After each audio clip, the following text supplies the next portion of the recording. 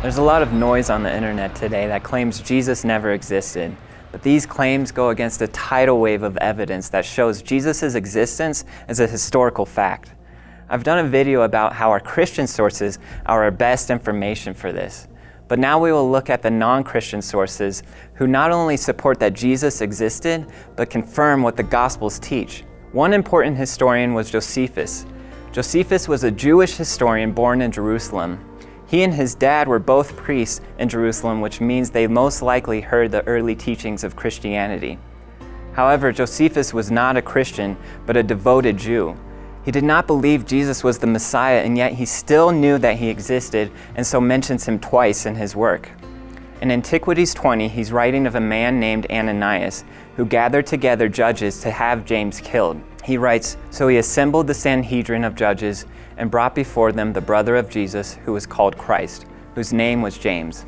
There's a wide range of support from scholars who find this passage to be an authentic reference to Jesus Christ. And the point should not be missed that this passage confirms what the Gospels teach, specifically that Jesus had a brother named James and that many knew Jesus was called the Christ, which means anointed one or the Messiah. Next, we move on to Tacitus.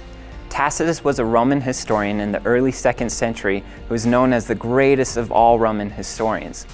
He records the great fire that took place in Rome in 64 AD and how the Emperor Nero tried to place the blame of the fire on the Christians. He writes, "Nero fastened the guilt and inflicted the most exquisite tortures on a class hated for their abominations, called Christians by the populace. Christus, from whom the name had its origin, suffered the extreme penalty during the reign of Tiberius at the hands of one of our procurators, Pontius Pilate." So here we see that not only does he mention Christus, which is the Latin term for Christ, but he also mentions Jesus died under the extreme penalty, which the Roman world would know means crucifixion. And who do the Gospels say ordered Jesus' crucifixion? Pontius Pilate. What else is valuable about Tacitus? Well, no one could claim that he mentions Jesus out of a Christian bias. You see, Tacitus saw Christians as an abomination and a disease. And whenever you have an enemy of a religion as well as a supporter of that religion agreeing upon the same thing, chances are it's true.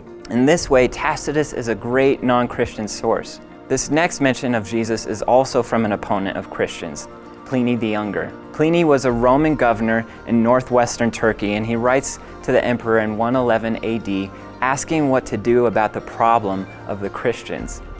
Pliny was arresting Christians, torturing them, and warning them that if they did not curse Christ, they would be executed. Through his interrogations, he found that Christians met regularly before dawn on a determined day and sung a hymn to Christ as if to a god. So here's another source that clearly references Jesus and also gives insight into the Christian movement, specifically that the early Christians believed Jesus was God, something that we know that the Gospels teach. The same point can be drawn from Pliny as from Tacitus. He was not secretly a Christian trying to prove Christian beliefs. He calls Christians a wretched cult, and it's because of his disdain for Christianity that makes him a reliable, unbiased source. Simply put, if Jesus Christ never existed, his enemies would be quick to say so.